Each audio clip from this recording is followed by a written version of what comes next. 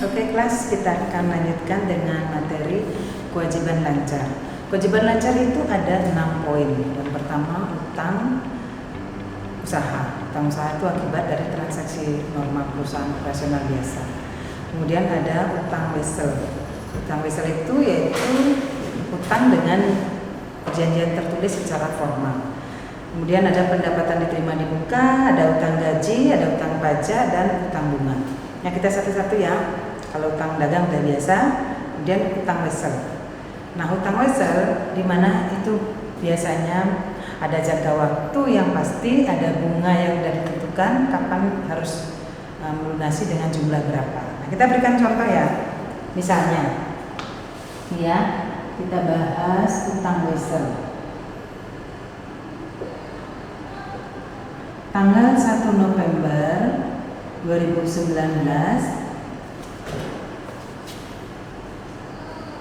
PT A menandatangani wesel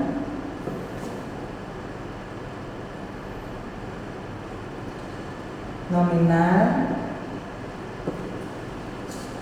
20 juta berbunga 12%, jangka waktu 4 bulan. Nah, pada saat tanggal 1 November ini PT A akan menulis menjurnal ya, menjurnal kas pada utang wesel yaitu 20 juta. Akan jatuh tempo 4 bulan lagi. November berarti Desember, Januari, Februari. Itu jangka waktu weselnya 4 bulan. Nah, tapi ini dilewati nih 31 bulan 12 jangka waktunya atau saatnya kita menutup buku. Pada saat menutup buku semua kewajiban kita harus perhitungkan, semua hak juga kita harus perhitungkan. Yang di sini karena utang wesel ada kewajiban. Kewajibannya apa? Yaitu biaya bunga. Maka kita akan jurnal, ini adjustment ini. Adjustment biaya bunga wesel pada utang bunga yaitu 20 juta kali 12% kali cuma 2 bulan, 1 November sampai 31 Desember 2 bulan, 2 per 12 sama dengan 400.000. Hanya di jurnal, berarti tidak ada uang kas yang mengalir, tapi hanya di jurnal untuk membebankan biaya bunga ini kepada laporan laba rugi. Tetapi pada tanggal 1 bulan 3 dia akan jatuh tempo. Jatuh tempo berapa yang kita bayar? Apa yang kita lunasi? Utang wesel. Tapi kita sudah terlanjur membuat akun utang bunga, maka juga kita akan hilangkan akun utang bunganya. Utang bunga ini akibat adjustment Desember. Dan yang menjadi biaya pada periode ini 1 Januari sampai 1 bulan 3 itu 2 bulan, yaitu biaya bunga. Biaya bunga juga hanya 2 bulan pada kas utang weselnya 20 juta. Biaya utang bunganya 400.000 2 bulan. Ini juga 2 bulan berarti sama 400.000. Jadi kas yang dikeluarkan adalah 20 juta 800. Nah, itu tentang utang wesel. Yang kedua ada utang pajak. Utang pajak. Utang pajak ini akibat jual beli barang dagangan, yaitu karena kita berposisi sebagai PKP, pengusaha kena pajak. Pada saat kita menjual, kita akan menjurnal. Saat menjual ya, saat penjualan kita akan menjurnal kas atau piutang pada penjualan. Penjualan ini DPP, harga jualnya. Di di sini ada utang PPN. Jika perusahaan ada di posisi PKP, pengusaha kena pajak, yaitu omsetnya di atas 4,8 M. Misalnya di sini ada 11 juta. Di sini punya hak 11 juta bagi 1,1, 10 juta. Di sini ada hak 10%, yaitu 1 juta. Saat menjual kita akan menjurnalnya seperti ini. Nah, ini nanti akan dibayar di bulan berikutnya, akhir bulan berikutnya. Nah, saat bayar PPN, jurnalnya utang PPN pada kas 1 juta. Itu utang pajak. Kemudian sehubungan dengan pajak juga ada penggajian.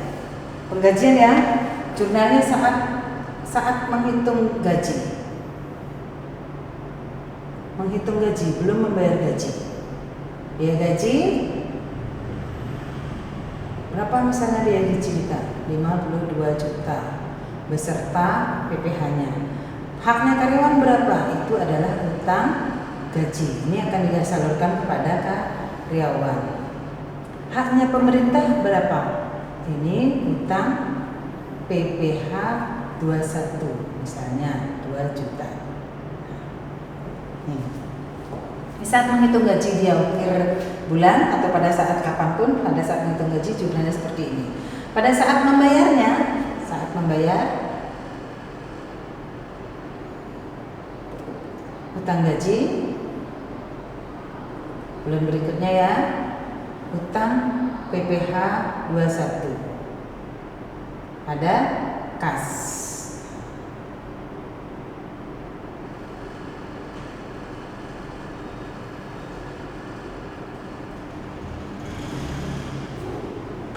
Nah, ini jurnal yang dibuat oleh bagian penggajian. Kemudian ada pendapatan diterima di muka. Oke, kita lanjut ke pendapatan diterima di muka. Akun ini sering digunakan oleh perusahaan jasa.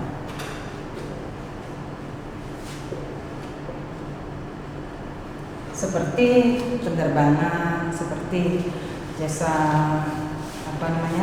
kalau ada klub sepak bola yang mengadakan pertandingan, ya biasanya mereka beli tiket sebelumnya.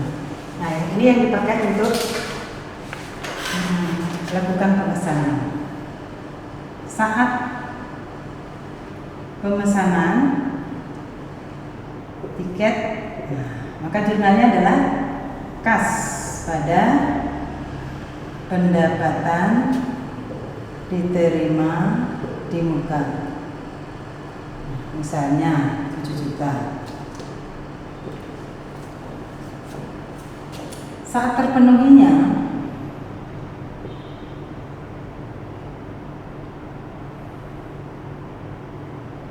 waktu pesanan, pada saat pelaksanaannya, maka ini harus dihilangkan hutang ini, lalu diakui sebagai pendapatan. Pendapatan diterima di muka pada pendapatan jasa atau penerbangan. Kenapa akun pendapatan diterima di muka yang dipilih? Kenapa bukan utang? Karena penyelesaiannya bukan dengan kas, tetapi dengan jasa yang akan diberikan nantinya. Oke ya, itu simple. Berikutnya ada bagian dari utang jangka panjang yang jatuh tempo, reklasifikasi. Jurnal reklasifikasi ya, yaitu bagian dari utang jangka panjang yang jatuh tempo pada periode ini. Jurnal reklasifikasinya seperti ini. Ini dilakukan biasanya setiap akhir periode ya. Utang jangka panjang Misalnya utang jangka panjang kita itu 100 juta. Masa 5 tahun. Maka setiap tahun kita akan harus membuat jurnal reklasifikasi pada utang jangka panjang, pada utang jangka pendek. Kalau dia tetap tinggal di utang jangka panjang, maka manajemen tidak berpikir untuk menyiapkan dana untuk pelunasan sejumlah 20 juta, yaitu 100 juta bagi 5. Maka perlu sekali jurnal reklasifikasi ini. Utang jangka panjang dikurangi, muncullah utang jangka pendek. Ini taruhnya di aset lancar sehingga menjadi kewajiban buat manajemen melunasi di periode tersebut. Oke, saya kira itu materi tentang utang jangka pendek.